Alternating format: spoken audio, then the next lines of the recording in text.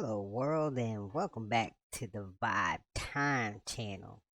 And today we're going to continue our read aloud of the Mediterranean Caper, chapter 15. Where we last left off, Geraldino was at a standoff with the narcotics guy, Zacynthus and Zeno and Darius and all them guys, because they wanted to catch the bad guy Von Till by themselves or something like that. And their Zacynthus wasn't he wanted to stake him out longer, and they both couldn't come to an agreement basically. So now they're kind of at a standoff. So that's basically where we left off.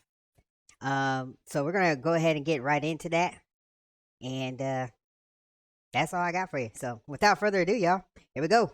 Chapter 15.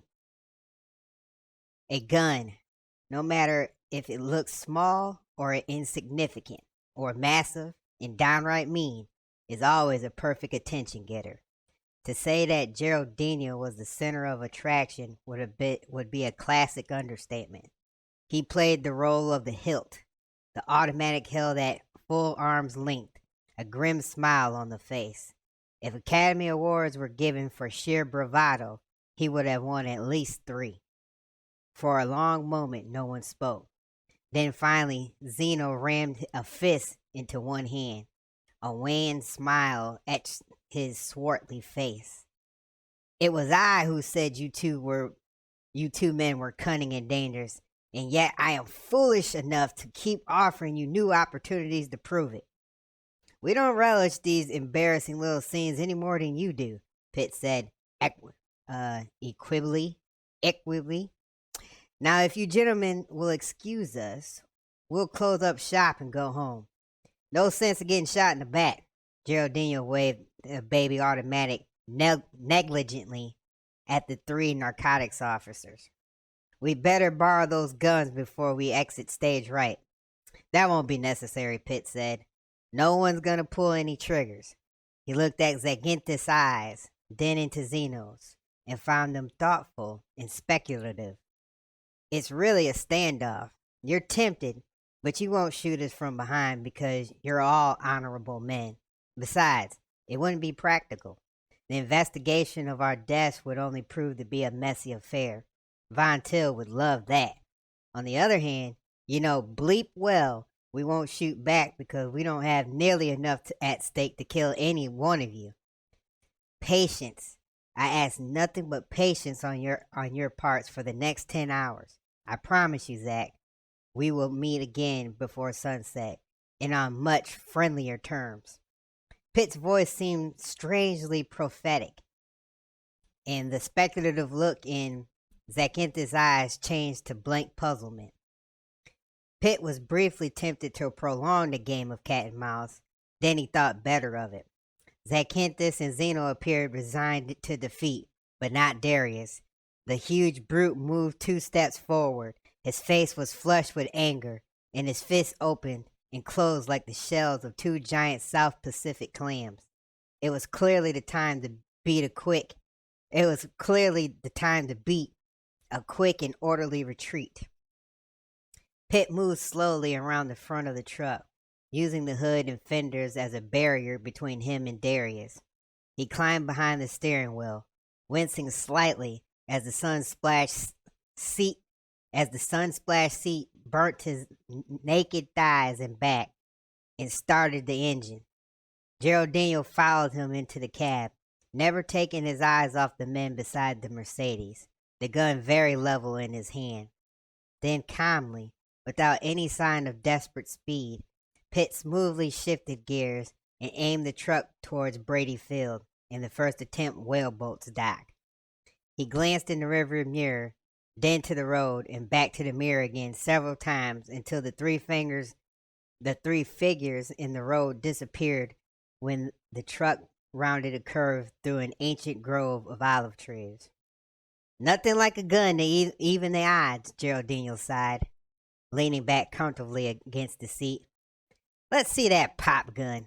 Geraldino passed the butt first. You'll have to admit, it came in blank handy. Pitt studied the Liliptian gun, looking up from time to time to dodge potholes in the road. He recognized it as a vest pocket Mauser, 25 caliber, the type European women favored for protection.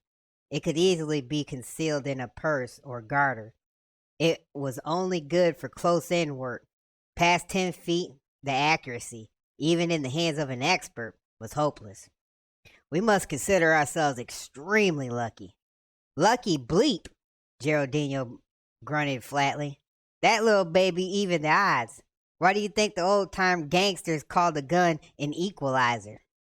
Would you have pulled the trigger if Zach and his boys had decided not to cooperate? Pitt asked. Without hesitation, Geraldino replied confidently.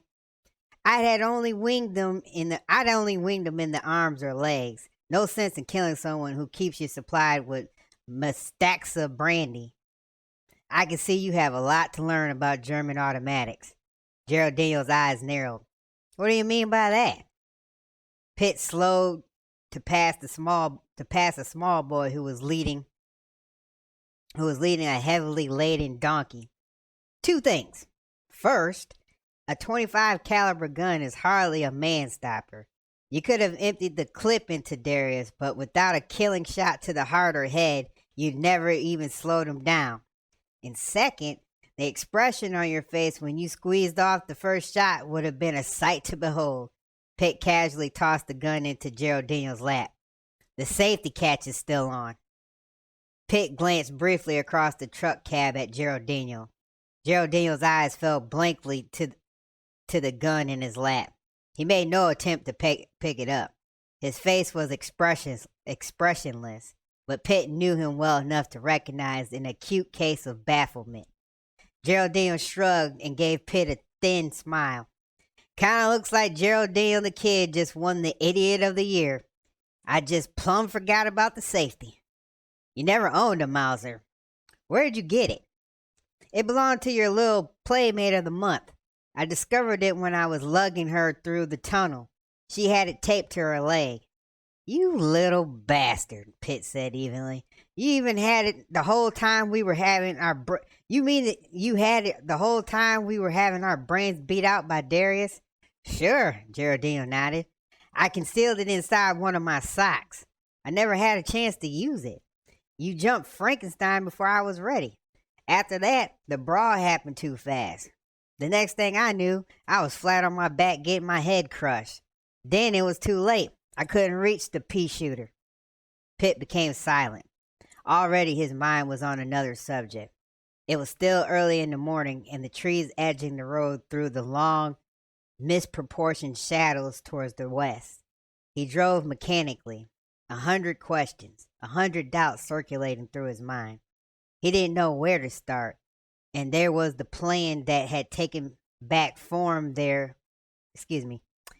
And there was the plan that had taken form back there overlooking the surf-pounded cliffs.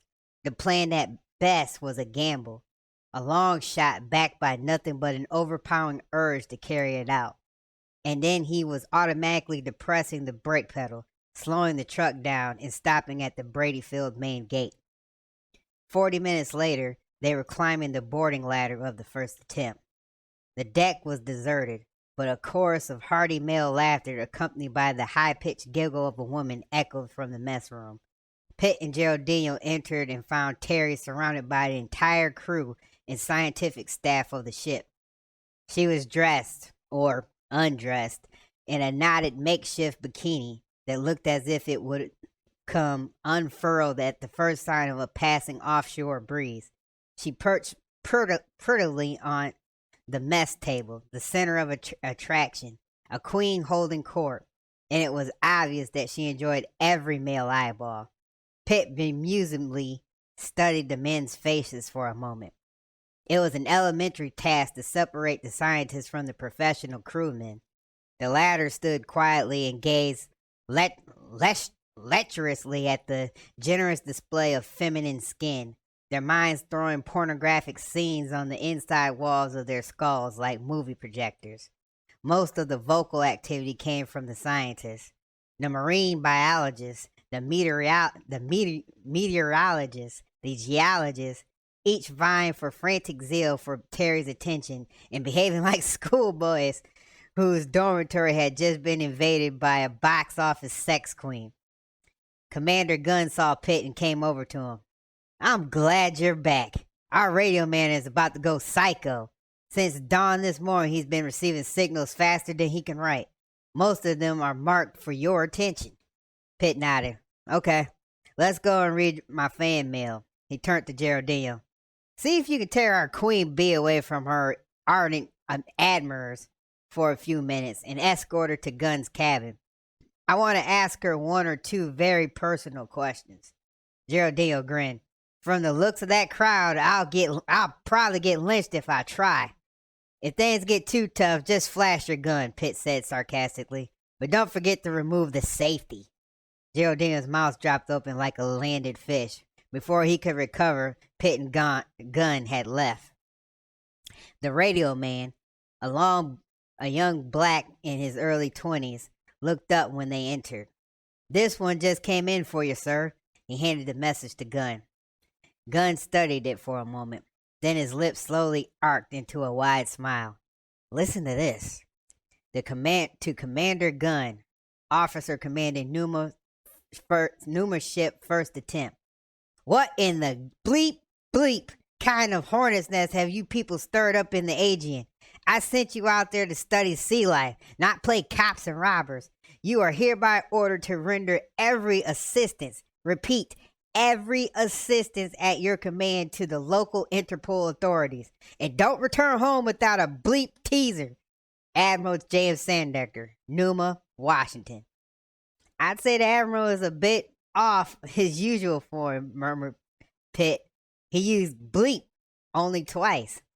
Please lead me out of the dark, Gunn said mildly. What possible assistance could we be to Interpol? Pitt pondered a moment. Gunn would have been led up to a crucial decision. It was decidedly too early to bear all the facts. Pitt dodged the question. We may be the only hope left to destroy Von Till and his empire. It may mean taking a few risks, but the stakes are high.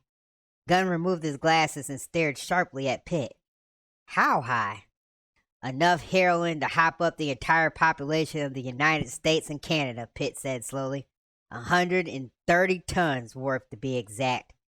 Gunn betrayed no sign of surprise.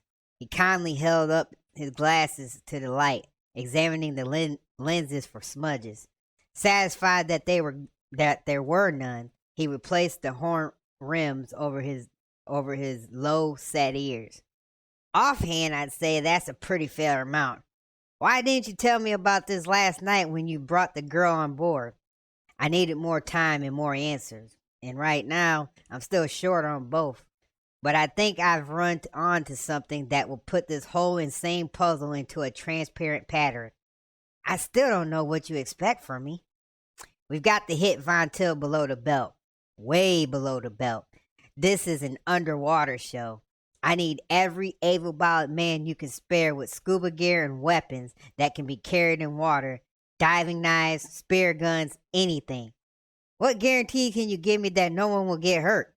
Absolutely none, Pitt said quietly. Gunn stared at Pitt for a full 10 seconds, his face expressionless. You realize the seriousness of what you're asking me? Most of the men aboard this ship are scientists, not commandos.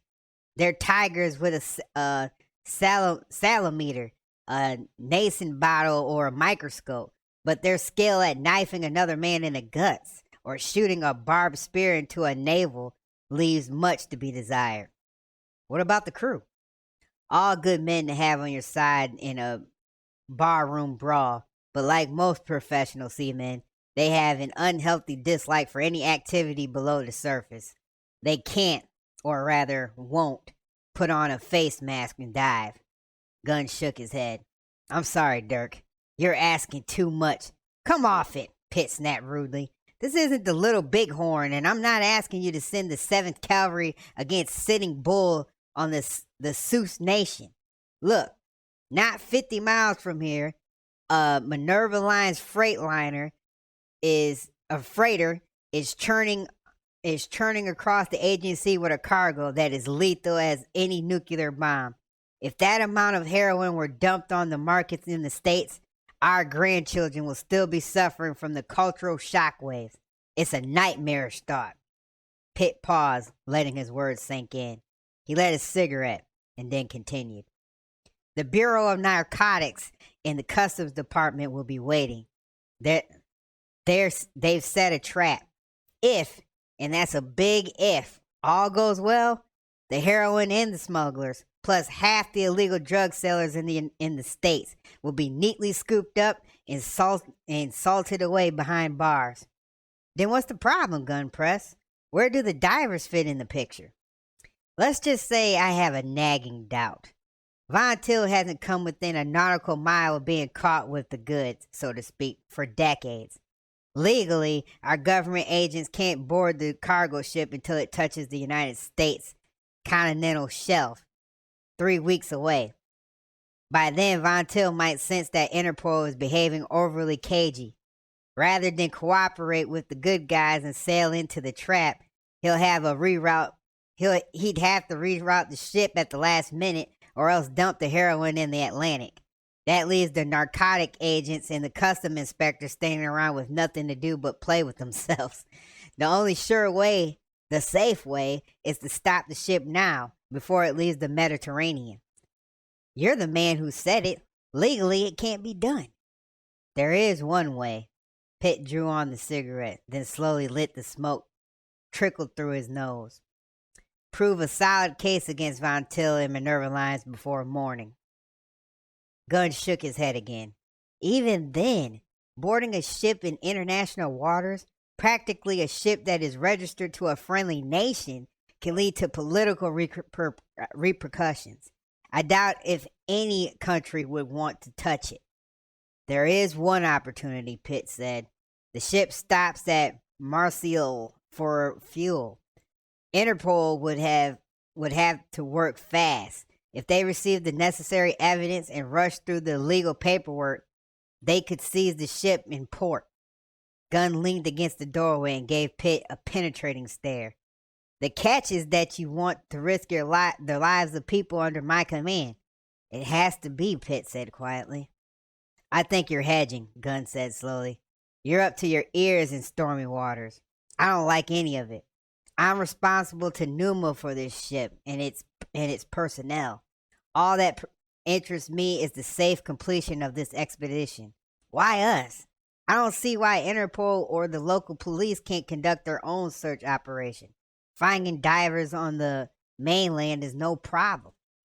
This was getting too bleep awkward, Pitt thought.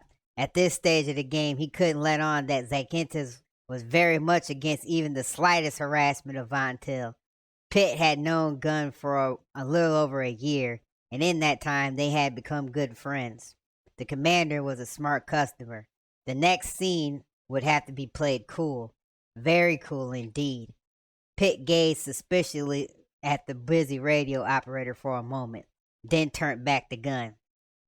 Call it fate, coincidence, or whatever term you wish to choose, that put the first attempt at Thasos at the exact moment to expose a beautifully planned criminal conspiracy.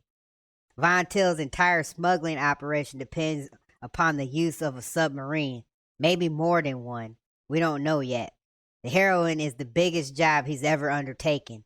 It's bleep hard for the mind to conceive, but he could easily net over $200 million on this one shipment. He planned well. Nothing could stand in his way. Then one day he looks out the window, and there sits an oceanographic research ship, not over 2 miles away. Learning that you were scouting the water for a legendary fish, he begun to run scared. There was a good chance that one of your divers might discover his base of operation, and what's most important, his method of smuggling. He was desperate. He couldn't blow you out the water. The last thing he wanted was a full-scale investigation into the loss of this ship. There was no hope of instigating anti-American riots or violence. The people who live on the island are all fun-loving farmers and fishermen. They couldn't care less about staging a demonstration against a scientific expedition. If anything, they'd welcome you. The local merchants aren't about to turn down free spending researchers. Von Till gambled on a long shot. He staged that attack on Brady Field, hoping Colonel Lewis would order you out of the area as a safety precaution. When this failed, he threw caution to the wind and came directly at the first attempt. I don't know, Gunn said hesitantly. You make it sound logical, except for the submarines. No civilian can go to the nearest yacht broker and buy a submarine. The only way Von Till could lay his hands on a sub without attracting attention would be to raise one that was sunk in shallow water during time of war. You're beginning to sound interesting, Gunn said quietly. He was tuned in on Pitt's channel now. He had the shrewd look of a man of an old prosecutor who just discovered a map to a hidden gold mine. Prospector. Sorry about that, y'all. Pitt went on. This is a job for professional underwater divers. By the time Interpol could put together a team of their own, it would be too late. The last was only half the truth, but it served Pitt admirably to drive home the next point. The time is now. And other than Cousteau, you've got the finest divers and equipment in the Mediterranean. I'm not going to give you any crap about being the last hope of mankind, or that it's better to sacrifice a few to save millions. All I'm asking you for is a few volunteers to help me explore the cliffs below Von Till's villa. We may strike out and find nothing.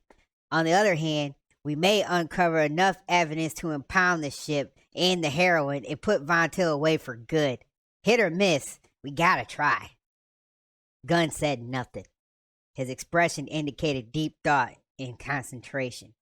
Pitt looked at him, considering, and he threw in the hook. It would be interesting if we could find out what happened to the yellow albatross. Gunn looked at Pitt across the cramped radio room and thoughtfully jangled some loose change in his pocket. A more hard-headed and determined man he had never seen.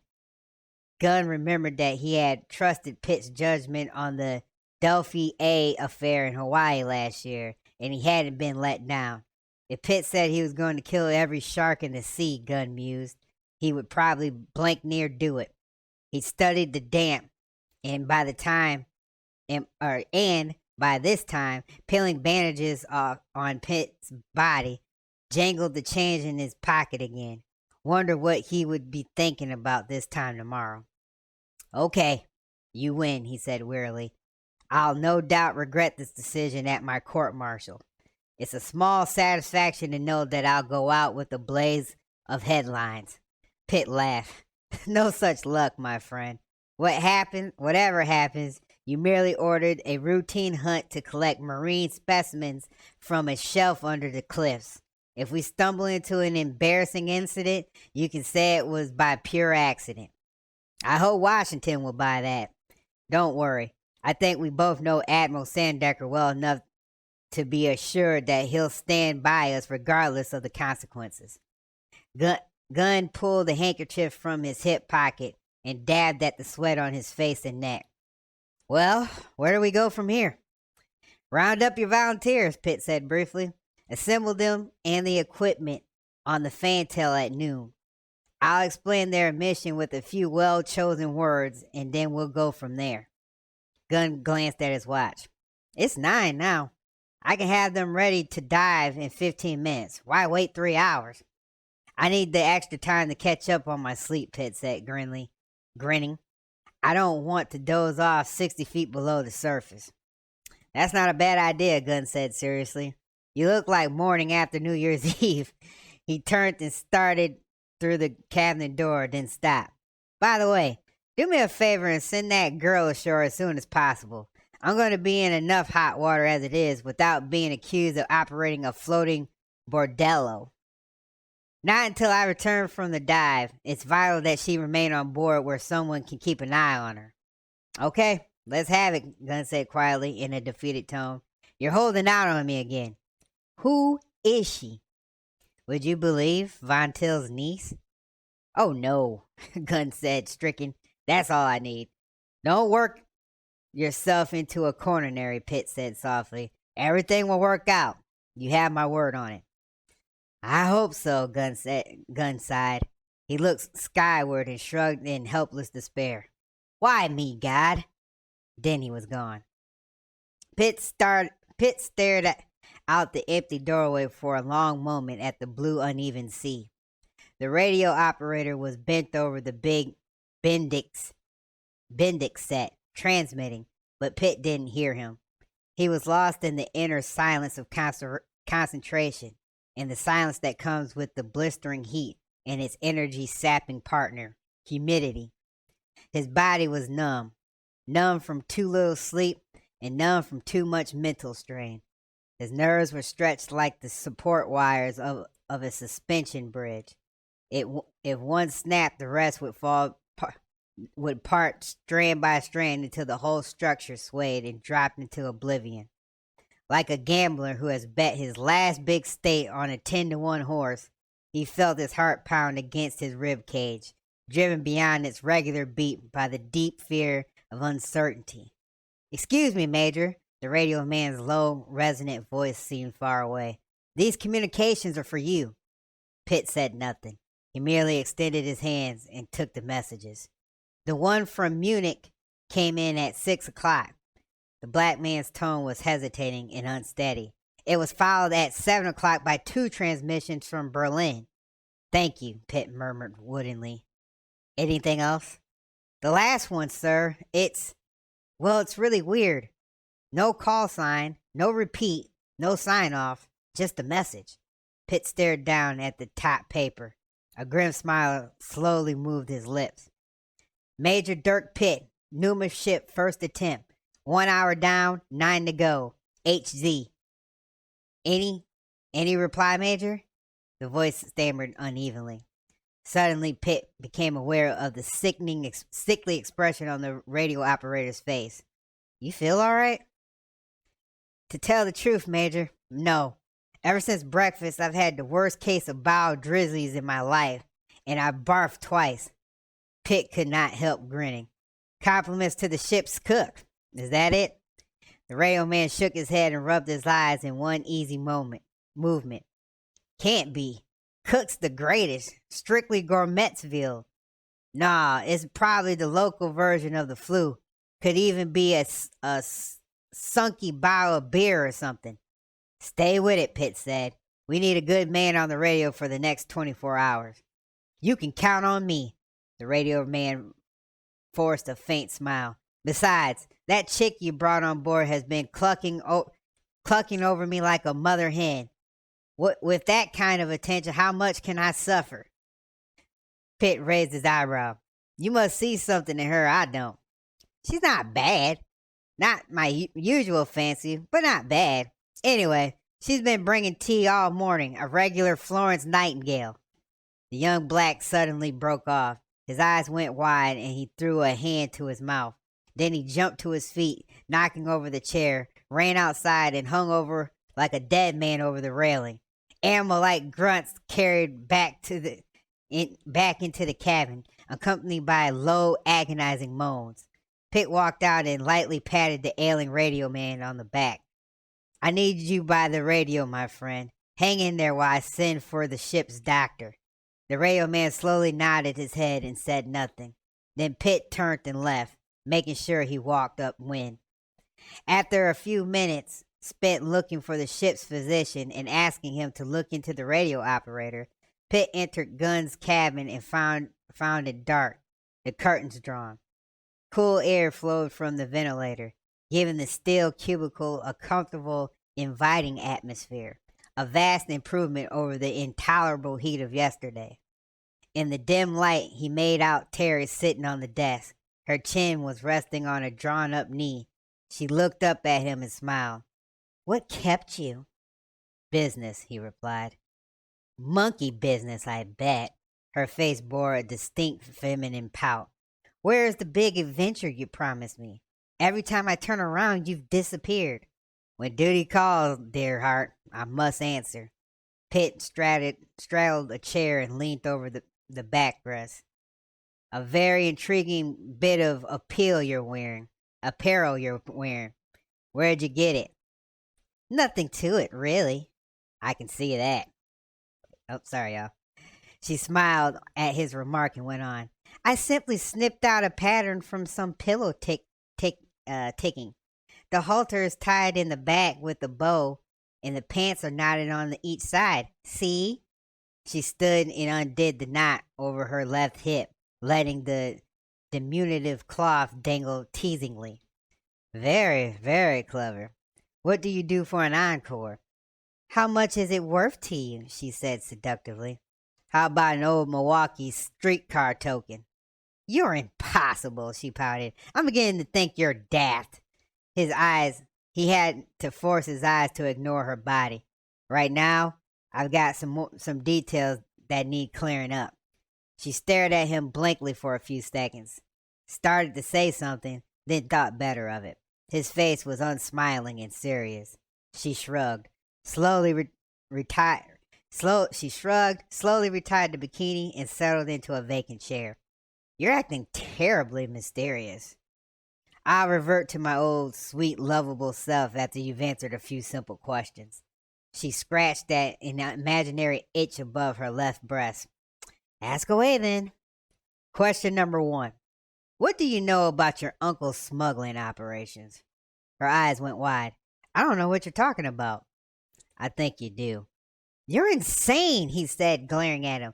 Uncle Bruno owns a steamship line. Why should a man of his wealth and social standing stoop to petty smuggling? Nothing he does can be considered petty, Pitt said. He paused a moment, monitoring her expression, and then continued. Question number 2.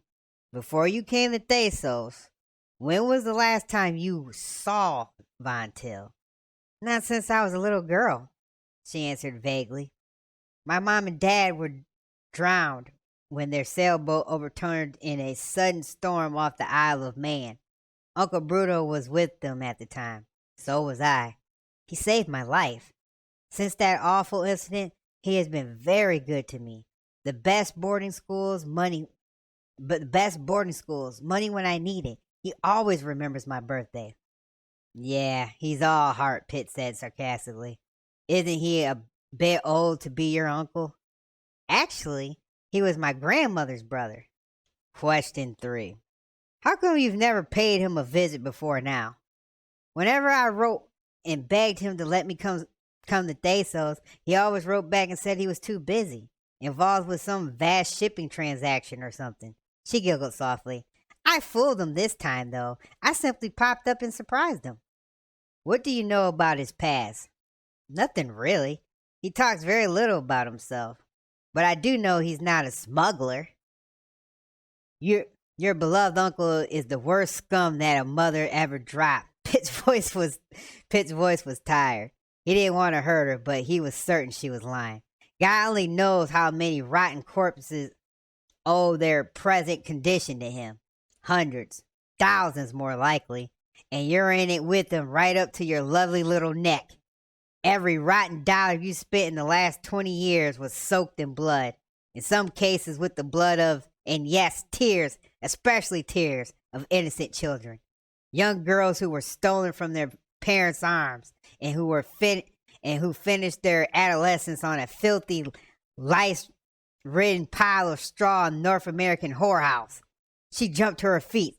Things like that don't happen anymore. You're lying. You're lying. You're making this up. She was scared now, but playing a magnificent scene, Pitt thought. I told you the truth. I know nothing. Nothing. Nothing? You knew Von Till was planning to murder me at the villa.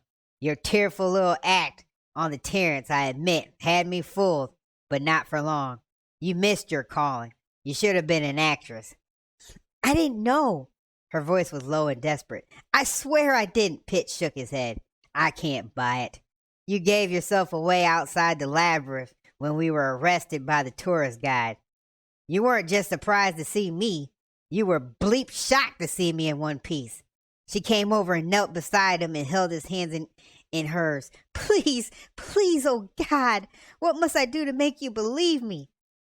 You might begin by offering me facts. He raised up from the chair and stood directly over her. Then he tore the sake bandages from his chest and dropped them in her lap. Look at me. This is what I got for accepting your invitation to dinner. I was set up as the main course for your uncle's man-eating dog. Look at me. She looked. I think I'm going to be sick. Pitt ached to take her in his arm and kiss away her tears that welled up in her eyes, and to softly, gently tell her how sorry he was. Instead, he fought to keep his voice firm and even. She turned and gazed blankly at the metal sink in her head, or in the head, wondering if she were able to be sick or not. Then she forced her tear-brimmed eyes back on Pitt and spoke in a whisper.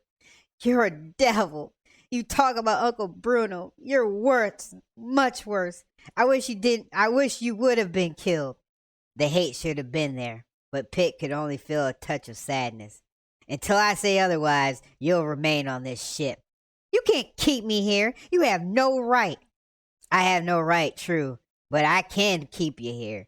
And while you're on the subject, don't get it in your pretty head to try to escape. The men on this ship are expert swimmers. You wouldn't get 50 yards even if you tried real hard. You can't keep me here. You can't keep me a prisoner forever. Her face twisted with loathing. A woman had never looked at Pitt like that. It made him feel uneasy.